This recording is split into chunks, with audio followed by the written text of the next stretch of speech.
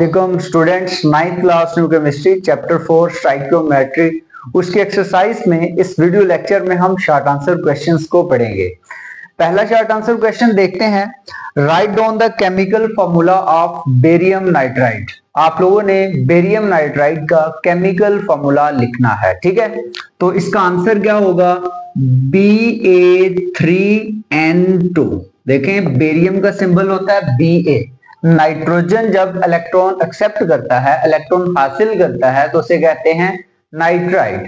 तो ये बन गया बेरियम नाइट्राइड। इस चीज की ट्रुथ को अगर आप साबित करना चाहो कि क्या ये फॉर्मूला, जो केमिकल फॉर्मूला मैंने आप लोगों के सामने लिखा है, क्या ये दुरुस्त है या गलत है, तो आप लोग इसका ऑक्सीडेशन स्टेट या ऑक्सीडेशन नंबर देखो। बेरियम का ताल्लुक सेकंड ग्रुप से है और नाइट्रोजन का ताल्लुक 15 ग्रुप से है या 5A ग्रुप से है। तो देखें, बेरियम जो है ये 2 इलेक्ट्रॉन लूज कर सकता है। तो ये देखें, 2 इलेक्ट्रॉन लूज कर सकता है, 3 एटम है, तो +2 को मल्टीप्लाई कर देंगे 3 से। और नाइट्रोजन के एक एटम की अगर बात करें तो वो 3 इलेक्ट्रॉन एक्सेप्ट कर सकता है, तो उसके ऊपर -3 चार्ज होगा, लेकिन इन एटम्स की तादाद कितनी है? 2। तो जब इसको 2 से मल्टीप्लाई करेंगे तो ये आ जाएगा -6। इधर देखें, ये +6 और ये -6, +6 -6 से कैंसिल हो जाएगा। ओवरऑल ये हमारे पास जो केमिकल फॉर्मूला आया है ये न्यूट्रल आया है, ठीक है। तो इससे आप बेरियम नाइट्राइड का जो केमिकल फॉर्मूला लिखोगे वो लिखोगे Ba3N2। ओके, ये हमारे पास ये क्वेश्चन नंबर 1 वो सॉल्व हो गया।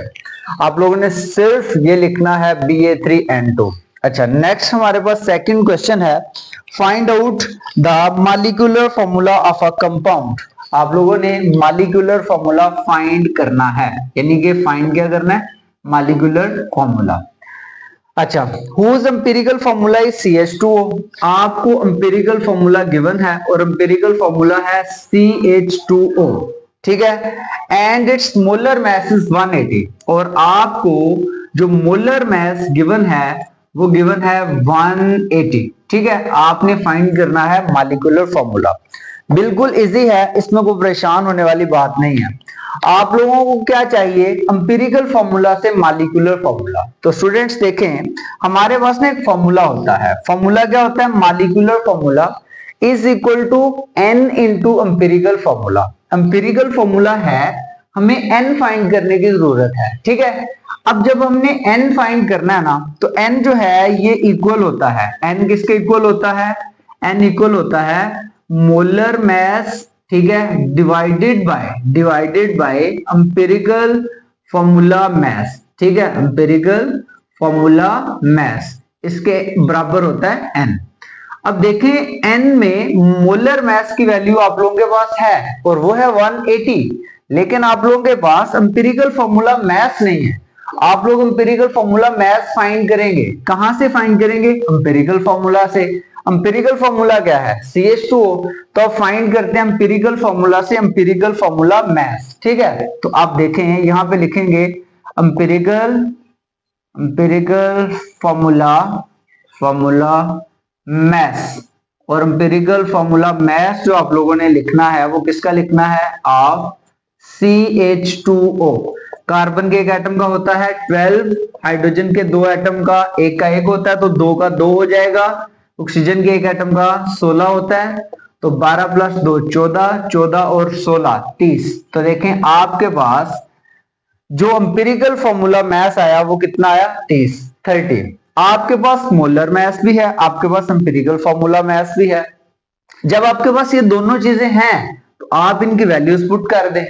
चले वैल्यू पुट करते हैं। जब हम वैल्यू पुट करते हैं, मोलर मास की वैल्यू पुट करें। मोलर मास की वैल्यू कितनी है? 180, ओके। और एम्पिरिकल फॉर्मूला मास जो आपने निकाला है उसकी वैल्यू कितनी है? 30। तो आपके पास 180 डिवाइडेड बाय 30, तो आंसर आ जाएगा 6, ठीक है। यानी कि हमारे पास स्मॉल n की वैल्यू आई 6, ठीक है। अब देखें, मैंने जो आपको फॉर्मूला बताया था कि molecular formula is equal to N into empirical formula, ठीक है। तो आप यहां पे लिखेंगे एज आपके पास molecular formula is equal to, molecular formula equal होता है किसके? इक्वल होता है N into empirical formula, N into empirical formula, सही है। अब देखें आप लोग n की वैल्यू लगाएं, n की वैल्यू अभी निकाली है क्या 6, तो यहाँ पे लगा दें 6। एम्पिरिकल फॉर्मूला आपके पास क्या था CH2O, तो यहाँ पे लिख दें CH2O। तो भाई 6 को C से मल्टीप्लाई किया तो क्या बना C6, H2 को मल्टीप्लाई किया 6 से तो बना H12, O को 6 से मल्टीप्लाई किया तो क्या बना O6। तो ये आपके पास क्या बन गया मॉलिक्यूलर फॉर्मूला। तो देखें अगर आपके पास एम्पिरिकल फॉर्मूला हो CH2O तो मॉलिक्यूलर फॉर्मूला क्या होगा C6H12O6।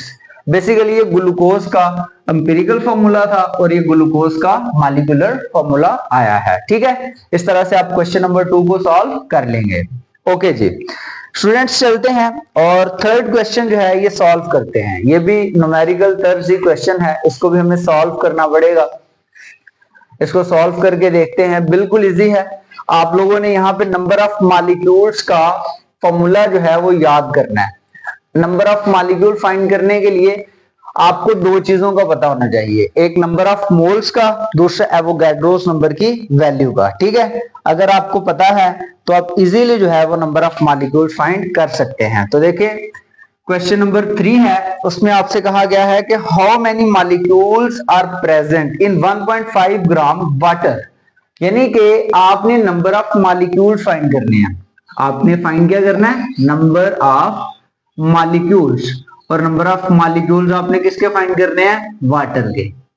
वाटर के नंबर ऑफ मॉलिक्यूल्स फाइंड करने हैं। How many molecules are present in 1.5 gram water. आपको मैथ दिया गया वाटर का, आपको क्या दिया गया मैथ, वाटर का मैथ दिया गया 1.5 ग्राम, उसमें नंबर ऑफ मॉलिक्यूल फाइंड करने हैं। तो जो आपको गिवन है ना वो लिख लें। गिवन में है आपको मैथ और वो आपके पास जो मैथ है वाटर का वो है 1.5 ग्राम।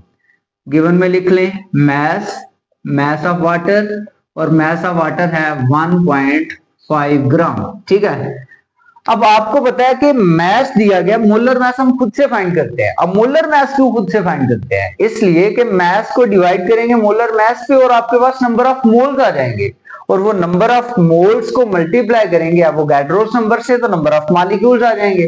तो अब फाइंड करते हैं फिर मोलर मैथ। मोलर मैथ, और मोलर मैथ किसका फाइंड करना है आप लोगों ने वाटर का H2O का। तो देखें एक हाइड्रोजन का मैथ एक, तो यहाँ पे कितने हैं दो, तो दो का मैथ 2। ऑक्सीजन का 16, 2 + 16 कितना होगा 18। तो ये आपके पास आ गया 18 ग्राम पर मोल मोलर मैथ। अब आपने फाइंड मैथ है मोलर मैथ है, आपने फाइंड क्या कर लेने हैं नंबर ऑफ मोल्स। ठीक है, तो पहले फाइंड करेंगे नंबर ऑफ मोल्स। ठीक है, नंबर ऑफ मोल्स, और नंबर ऑफ मोल्स किसके फाइंड करने हैं वाटर के। Number of moles of water find करने के लिए आपको क्या फॉर्मूला लगाना पड़ेगा math divided by molar math, math divided by molar math. अब देखें मैथ आपके पास कितना है, मैथ आपके पास है 1.5 ग्राम, तो यहां पे लगा दें 1.5 ग्राम।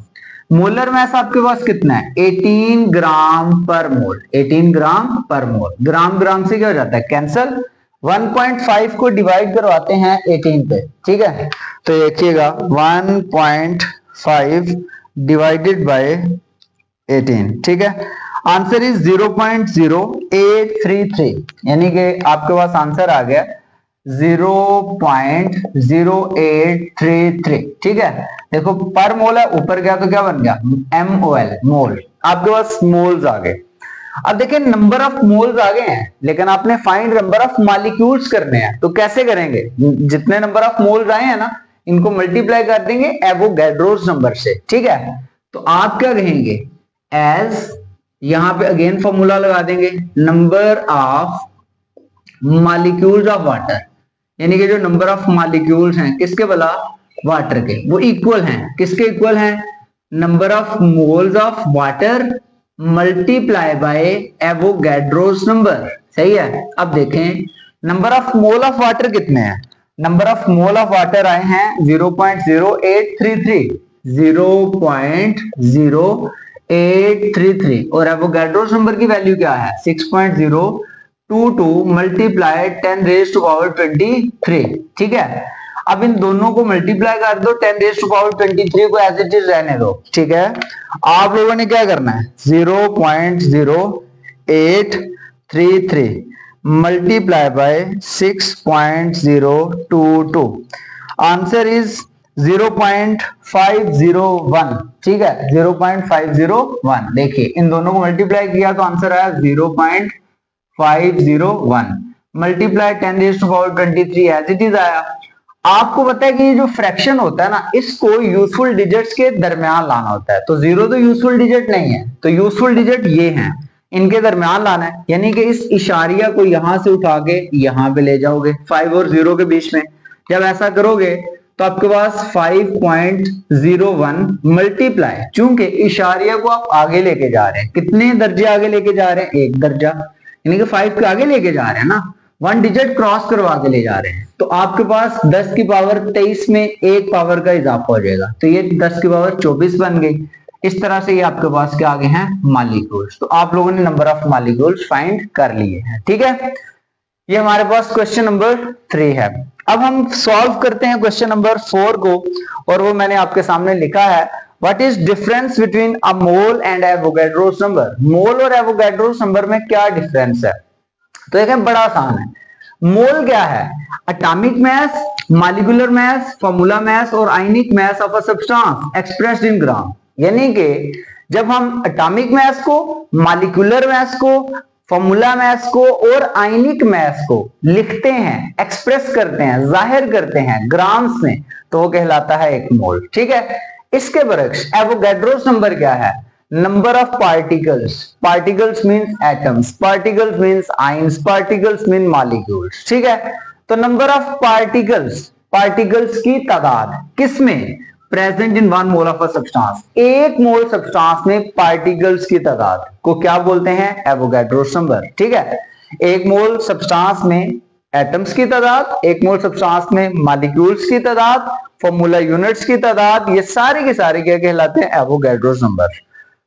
ओके, सेकंड पॉइंट, मोल जो है ये एक यूनिट है, और इस यूनिट को इस्तेमाल करते हैं चीजों को काउंट करने के लिए। जिस तरह मैंने आपको बताया था ना, मोल भी एक नंबर है, जिस तरह डजन एक नंबर है, ठीक है, डजन 12 को रिप्रेजेंट करता है, तो मोल जो है ये भी एक नंबर है। तो mole is a unit used to count things in chemistry.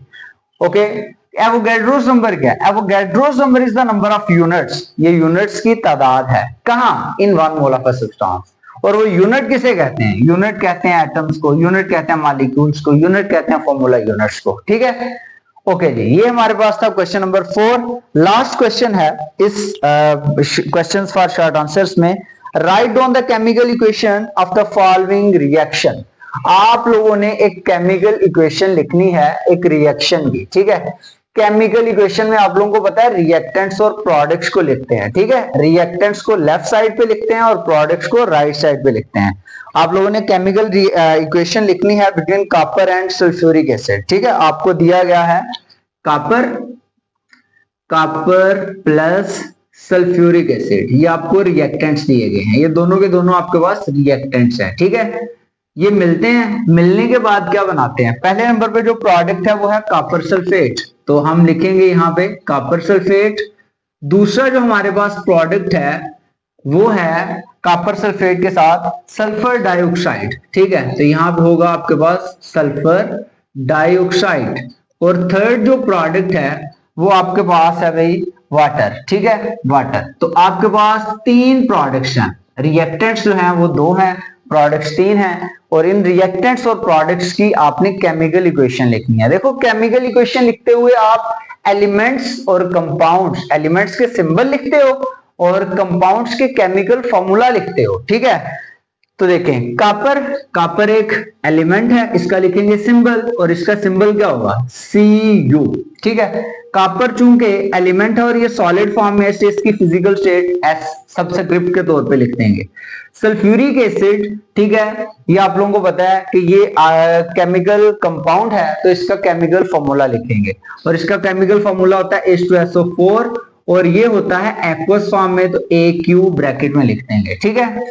Next आपके पास बना कॉपर सल्फेट, जो कॉपर सल्फेट है ये भी कंपाउंड है, तो इसका केमिकल फॉर्मूला लिखेंगे CuSO4, ठीक है।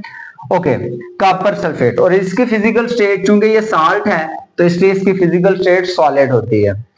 उसके बाद बना सल्फर डाइऑक्साइड। सल्फर डाइऑक्साइड का फॉर्मूला होता है SO2 और इसकी फिजिकल स्टेट गैसियस होती है क्योंकि ये गैस है।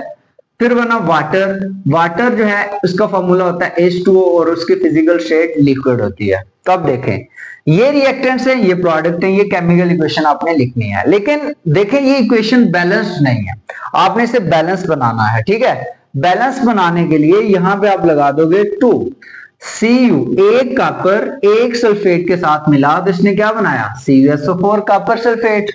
अब यहां पे कॉपर यूज हो चुका है, एक सल्फेट यूज हो चुका है, एक सल्फेट रह गया है। एक सल्फेट जो रह गया है उसका S और 2O मिलके बना रहे हैं SO2। यहां पे रह गई अब 2 ऑक्सीजन के एटम्स। 2 ऑक्सीजन के एटम 4 हाइड्रोजन के एटम्स के साथ मिलके बनाते हैं 2 वाटर मॉलिक्यूल। तो यहां पे 2 लगा देंगे। ठीक है, अब हमारी इक्वेशन बैलेंस हो गई है और इस तरह से आप लोगों ने केमिकल इक्वेशन लिख दी है between copper and sulphuric acid. Okay students, this was all about this topic, questions for short answer questions. और अभी तक आप लोगों ने अगर मेरे इस YouTube चैनल को सब्सक्राइब नहीं किया तो लाजमी कर लें ताकि आपको आने वाली हर नई वीडियो मिल सके। अल्लाह हाफिज।